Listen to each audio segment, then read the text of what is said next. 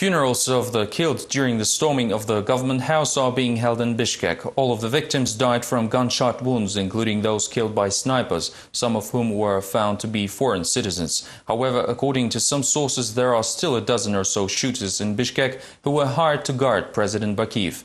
The police are currently conducting operations to prevent further casualties, while the country is bidding last farewell to those killed on April 7th.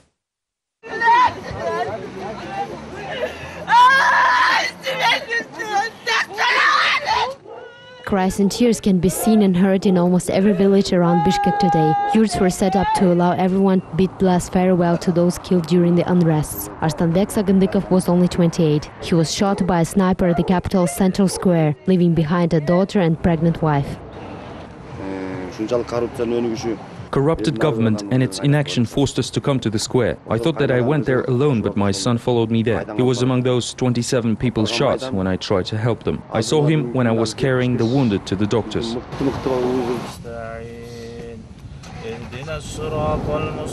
This family is praying in the memory of just buried 30-year-old Talant Sagandikov. He was a deputy prosecutor in the Bishkek district and on April 7th was sent to the square to simply assess the situation. Now his two children no longer have a father.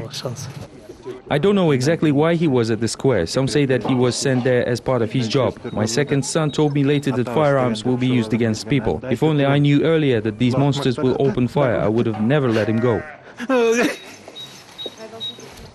Funerals of most victims will take place on Saturday, April 10th, at the memorial complex at Abid, usually reserved for the eminent individuals and heroes of Kyrgyzstan. Mullahs from central mosques are now preparing for the ceremony. The head of the interim government of Kyrgyzstan visited the injured in hospitals in Bishkek. There, Roza Tumbayeva announced that compensations of around $20,000 will be paid to the families of those killed in the clashes, while wounded will receive $1,000 each. Medical institutions of Kyrgyzstan have been working in high alert for the last 2 days. The list of hospitalized victims posted near the building of the health ministry is constantly being updated. Almost all of the patients suffered gunshot wounds. The number of injured has grown to almost 1,500 people all across the country. Some were hospitalized, others remain in intensive care in grave condition. All of my doctors, nurses and orderlies have been called back to work. We didn't have enough staff and equipment to perform all required surgeries and even had to operate on girlies in military field conditions.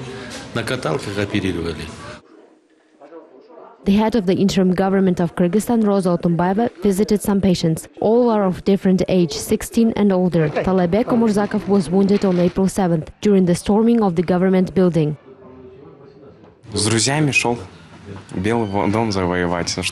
and my friends were storming the government building, wanting Bakiyev to resign and bring peace to our city and country. Then the gunfire started and I was hit in the leg. Speaking to reporters, Roza Tumbayeva noted that one of the first to express support to the interim government was Russia, which remains a strategic partner of the country. Meanwhile, the new authorities are creating the short list of the initial tasks to tackle. Economics is the first on the list, but only after the order will be restored in the country and civil clashes prevented. We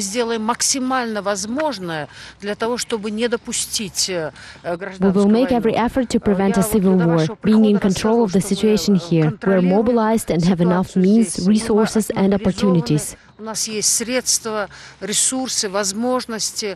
head of the interim government promised to pay compensation and provide support to all victims of the unrests. These include families of the dead, wounded, as well as entrepreneurs who suffered losses after the city was looted. According to Atunbayeva, the new head of finance ministry, Temir Sariev, is already dealing with these issues. The deputy head of the interim government of Kyrgyzstan, the leader of the Social Democratic Party, Almas Atambayev, is currently in Moscow to hold talks with the Russian government. It is expected that he will meet with Prime Minister Vladimir Putin. The consultations will focus on the stabilization of the situation in Kyrgyzstan, provision of assistance in the reconstruction efforts, and the establishment of peaceful life. The change of power in Kyrgyzstan is purely an internal affair of the country. The statement was made by a foreign ministry spokesman of Tajikistan. Quote, "Following our interest in maintaining the political stability in the friendly state, we consider that it is important to resolve all current issues lawfully," emphasized the foreign ministry of Tajikistan. Dushanbe appealed to the opposing parties, urging them to refrain from violence and avoid further bloodshed. Similarly, Tashkent had also distanced itself from President Bakiyev. Uzbek Foreign Ministry has expressed the country's position regarding the current situation in Kyrgyzstan, stating that the events in Kyrgyzstan is primarily an internal affair. Uzbekistan is interested in ensuring peace and stability in neighboring Kyrgyzstan, reaching accord and resolving all problems and conflicts in peaceful ways. The confrontation, which led to civilian casualties and losses, as well as subsequent instability in Kyrgyzstan, can potentially lead to further worsening of the socio-economic situation, difficulties to manage state and local governments, and problems on the borders with neighboring countries. In order to prevent the above-mentioned issues, Uzbekistan is forced to take temporary measures of toughening the customs regime at the border with Kyrgyzstan. Thus, the United States remains perhaps the only country which keeps communication with representatives of the overthrown government of Kyrgyzstan. On Thursday, the U.S. Department of State said that Washington is maintaining contacts with the government of Danyar Huseynov, who by that time had already resigned as the prime minister. On Friday, though, the manner of statements from Washington began to change. Informed sources report that the U.S. administration officials met with the head of the interim government, Rosa Otunbayeva, in Bishkek. The U.S. urged the opposing sides to act peacefully and lawfully, adding that the situation undermines the possibility of any further dialogue between Washington and Bishkek until the conflict is fully resolved. The president of Russia sent an OSCE team to Bishkek. Dmitry Medvedev instructed the experts to examine the situation firsthand and prepare a special report. The Kremlin administration notes that the purpose of the mission is to provide objective information to the leadership of the Collective Security Treaty Organization and the elaboration of plans to normalize the situation in Kyrgyzstan. The UN Secretary-General urged all sides in Kyrgyzstan to engage in dialogue and remain calm in order to prevent any further bloodshed in the country. Ban Ki-moon was the last high-ranking guest who met with President Bakiyev in Bishkek. During the press conference in Vienna, he said that he didn't know about the events that would transpire later in the country. A week ago, the head of the UN was in the Kyrgyz capital with an official visit and engaged in talks with the president, prime minister and MPs. Ban Ki-moon admitted that he felt some tension in the air and saw rallies in the city. He added that during his meetings with Kyrgyzstan's leaders, he raised the issues of human rights protection as well as freedom of speech and assembly.